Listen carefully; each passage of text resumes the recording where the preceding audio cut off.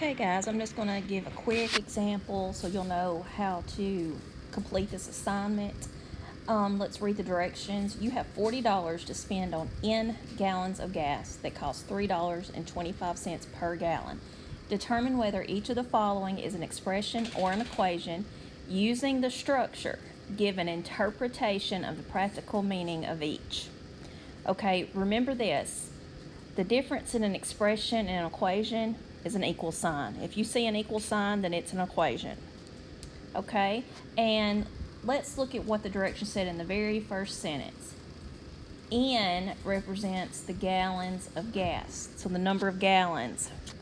So let's look at number 1. First, is that an expression or an equation? Expression, because there is no equal sign. The second half of the directions say, using the structure, give an interpretation of the practical meaning of each. Well, since we know what N stands for, the interpretation would mean that this expression is saying that it's $3.25 per gallons purchased. So I'm just going to write that. It's $3.25 per gallons of gas purchased.